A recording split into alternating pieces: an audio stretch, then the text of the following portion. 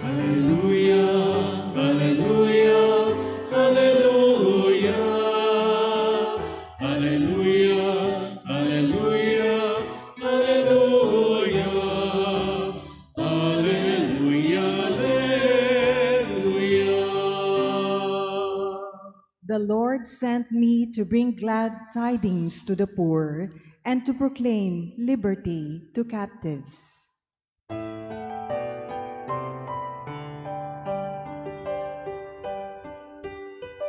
Hallelujah, hallelujah, hallelujah. Hallelujah, hallelujah, hallelujah. Hallelujah, hallelujah.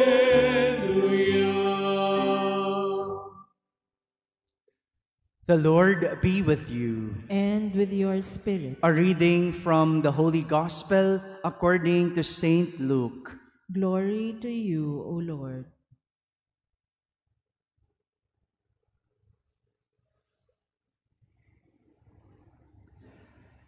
After Jesus left the synagogue, he entered the house of Simon. Simon's mother-in-law was afflicted with a severe fever, and they interceded with him about her. He stood over her, rebuked the fever, and it left her. She got up immediately and waited on them. At sunset, all who had people sick with various diseases brought to him. He laid his hands on each of them and cured them. And demons also came out from many, shouting, "You are the Son of God." But he rebuked them and did not allow them to speak, because they knew that he was the Christ. At daybreak, Jesus left and went to a deserted place. The crowd went looking for him, and when they came to him, they tried to prevent him from leaving them. But he said to them, "To the other towns also I must proclaim the good news of the kingdom of God, because for this purpose I have been sent." And he was preaching in the synagogue of Judea. My friends, the Gospel of the Lord. Praise to you, Lord Jesus Christ. Good morning, my dear brothers and sisters. Yesterday, we heard about Jesus driving out a demon from a man in a synagogue. Kahapon, while Jesus was preaching in the synagogue, there was a man possessed by a demon. And he commanded the demon to leave the man. And the demon obeyed Jesus. Last Monday, Jesus was not accepted in his own native place, in his own town. Yesterday, he was accepted in other town, Capernaum. Today, after Jesus preached and healed people, he went to the house of Simon. There was no mention in the gospel whether Jesus went there in purpose. Maybe he wanted to take a rest. Or maybe he wanted to visit the family of Simon. But what was mentioned in the gospel is that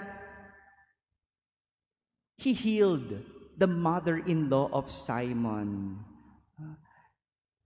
It might be coincidentally that Jesus went there in purpose, but nothing was mentioned.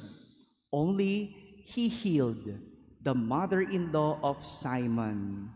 And he rebuked the fever. And the fever left the mother-in-law. Tingnan nyo, no? Yung demonyo na uutusan ni Jesus at sumusunod kay Jesus. Yung sakit, inuutusan ni Jesus na umalis at sumusunod kay Jesus. Ba't yung ang tao ang tigas ng ulo? Hindi makasunod kay Jesus. Ba't kaya, no? Mas masahol pa ba tayo sa demonyo? Mas masahol pa ba tayo sa sakit? It's nice to reflect. Magandang pagtingnan din yun sa ating mga sarili. And when the mother-in-law got healed, she immediately got up and served them. There are 3 things that we could learn from the mother-in-law of Simon. 3 things. First, the mother-in-law served Jesus immediately after she was healed.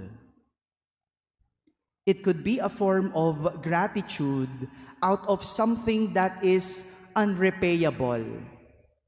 Mahirap bayaran, mahirap palitan yung natanggap mong kagalingan. 'Di ba? Parang wala ka maisusukli doon eh. Kahit anong halaga, hindi mo mababayaran ang health. Parang ganun din. Kapag pinasa ka sa board exam, ang hirap bayaran nun kasi walang kabayaran ng profession na ibinigay sa iyo. Wala ka naman talaga maisusukli sa kagalingang matatanggap mo sa Diyos, kundi ang maglingkod. And we learn from the mother-in-law because not only he received from God, but he served God. Marami lang sa atin, hingi ng hingi sa Diyos. Hindi natapos sa kakahingi sa Diyos. No? Kakahingi lang, hingi na naman. No? Kaya lang nagsisimba kasi may hinihingi. No? Kahit nga kaya namang pagtrabahuan, kaya namang pagsumikapan, kaya naman pagtiyagaan, hinihingi pa din sa Diyos. The mother-in-law repaid Jesus through her service.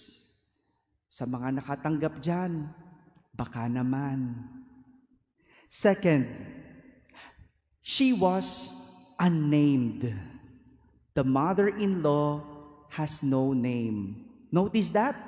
Kadalasan, sa mga Bible stories, may pangalan ang characters. But it is also in purpose why some characters have no names. Like the mother-in-law, she was unnamed. Pure service need not to be acknowledged or named. Kaya yung mga naglilingkod na gusto laging nakalagay ang kanilang pangalan, hindi tunay na naglilingkod. Anong tawag natin doon? Tanungin niyo po ako. Hello? Parang wala akong kausap, nakatulala lang yung iba. Papikit na, hindi ko alam kung naiintindihan. O baka lang talaga, meron lang talaga silang sariling pakay, kaya nagsimba. Alam niyo yung mga taong naglilingkod, na gustong napapangalanan, ang tawag sa kanila, papansin. Diba? If you are a real servant, you don't need to be named. You don't need acknowledgement. Dahil ang isang naglilingkod, nakatuon lang sa ginagawang paglilingkod at hindi sa pagkilala ng tao. Third, the mother-in-law was silent. Real servant works silently. We never heard anything from the mother-in-law while she was serving Jesus. She did not even complain. Of course, serving is not easy. Well, we could base it from another biblical character who complained while she was serving Jesus. You remember that character? Yes, Saint Martha. Isn't it? But the mother-in-law, unnamed, never complained. We never heard anything from her. Yes, serving is not easy. There could be many struggles and difficulties, especially when you are just starting. But we did not hear anything from the mother-in-law. A servant is a silent worker. Ang naglilingkod na maraming reklamo ay isang lingkod na feeling amo. My dear brothers and sisters, real service is not a work, but a vocation. It is for those who can be silent and unnamed with gratitude in their hearts. Amen.